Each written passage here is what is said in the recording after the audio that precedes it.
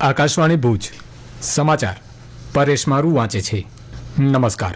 સમગ્ર ભારત આજે 80મો સ્વતંત્રતા દિવસ ઉજવી રહ્યું છે. પ્રધાનમંત્રી નરેન્દ્ર મોદીએ દિલ્હીના લાલ કિલ્લા પર રાષ્ટ્રધ્વજ ફરકાવ્યો અને રાષ્ટ્રને સંબોધન કર્યું. પ્રધાનમંત્રી મોદીએ કહ્યું કે આઝાદી પછી પહેલીવાર લાલ કિલ્લાની પ્રાચીરમાંથી વંદે માતરમ ગુંજી ઉઠ્યું છે. શ્રી મોદીએ વિકસિત ભારત 2047ની યાત્રાને વેગ આપવા 7 મુદ્દાની સપ્તધારા રજૂ કરી. તેમણે ગરીબ અને મધ્યમ વર્ગના પરિવારોને વિવિધ જાહેર પરીક્ષાઓ માટે નિઃશુલ્ક ઓનલાઈન કોચિંગ આપવાની જાહેરાત કરી.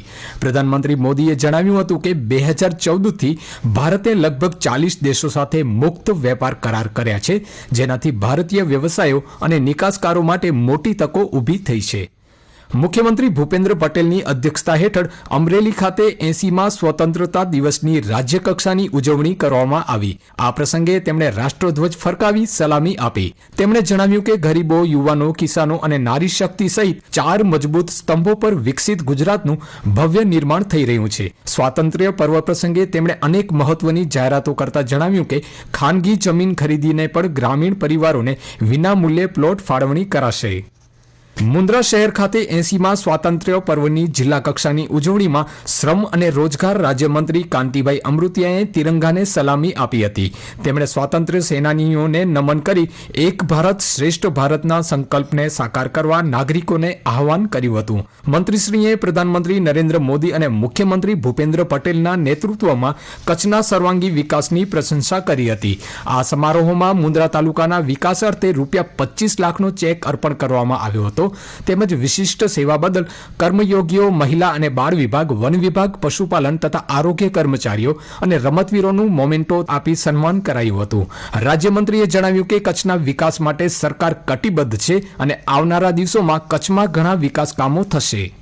આ દેશના વડાપ્રધાન મુરબ્બી નરેન્દ્રભાઈનું એક સપનું, એક કચ્છ દેશને દુનિયામાં નામ રોશન કરે, એના માટેની ઘણી બધી વાતો કરી. પણ આવતા દિવસોમાં કચ્છને શું જરૂરિયાત છે, ને કચ્છ એક એવું છે કે દેશને દુનિયામાં આગળ વધવા માટે સમગ્ર અમારી ચૂંટાયેલી પાંખ અને અધિકારી સાથે મળી અને આ રાજ્યના મુખ્યમંત્રી ભાઈ શ્રી ભૂપેન્દ્રભાઈની આગેવાની નીચે અને દેશના વડાપ્રધાન મુરબ્બી નરેન્દ્રભાઈની આગેવાની નીચે કચ્છમાં જે જરૂરિયાત છે, જે વિષય છે, ઉદ્યોગ છે, દૂધ ખેતીની લગતા છે કે દૂધના લગતા છે, જે પણ જરૂરિયાત છે વિકાસના કામને ડેવલપમેન્ટના, એ ખૂબ આગળ આવશે અને આગળ વધશે. અને આ સરકાર ખૂબ કટિબદ્ધ છે કે કચ્છ માટે દેશના વડાપ્રધાન મુરબ્બી નરેન્દ્રભાઈનો એક દિલમાં એક કચ્છ વસેલું છે, એને ખૂબ અમારી આ ટીમ આગળ વધે.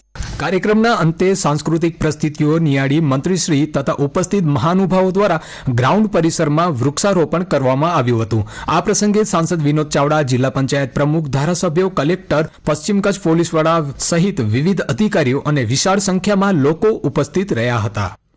આકાશવાણી ભુજ કેન્દ્ર ખાતે સ્વાતંત્ર્ય દિવસની ઉત્સાહભેર ઉજવણી કરવામાં આવી. કાર્યક્રમ વિભાગના વડા ભરત કરમટાએ ધ્વજારોહણ કર્યું. આ કાર્યક્રમમાં આકાશવાણીના કર્મચારીઓ ઉપસ્થિત રહી રાષ્ટ્રધ્વજને સલામી આપી. આજે પારસી સમાજ દ્વારા તેમના 1396માં નવા વર્ષ પતેતીની ઉજવણી કરવામાં આવી રહી છે. આ અવસરે પારસી અગિયારીમાં વિશેષ પ્રાર્થના કરી સૌને શુભકામના પાઠવવામાં આવી હતી. ઉપરાષ્ટ્રપતિ CP રાધાકૃષ્ણન અને પ્રધાનમંત્રી નરેન્દ્ર મોદીએ પણ પારસી નવા વર્ષની શુભેચ્છા પાઠવી હતી. કચ્છ યુનિવર્સિટીના રસાયણશાસ્ત્ર વિભાગ તથા SSIP સેલના સંયુક્ત ઉપક્રમે 20 ઓગસ્ટે સવારે 11 વાગે વિદ્યાર્થીઓ માટે કૃષિ પર્યટન વિષય પર નિષ્ણાંત વ્યાખ્યાન યોજાશે. આ કાર્યક્રમમાં ક્રાંતિગુરુ શ્યામજી કૃષ્ણ વર્મા કચ્છ યુનિવર્સિટીના કુલપતિ અને જાણીતા તજજ્ઞ ડોક્ટર મોહન પટેલ વક્તા તરીકે ઉપસ્થિત રહી પોતાના આંતરરાષ્ટ્રીય અનુભવો અને એગ્રો ટુરિઝમ દ્વારા સ્થાનિક અર્થતંત્રને વેગ આપવાની તકો અંગે વિદ્યાર્થીઓને માર્ગદર્શન આપશે.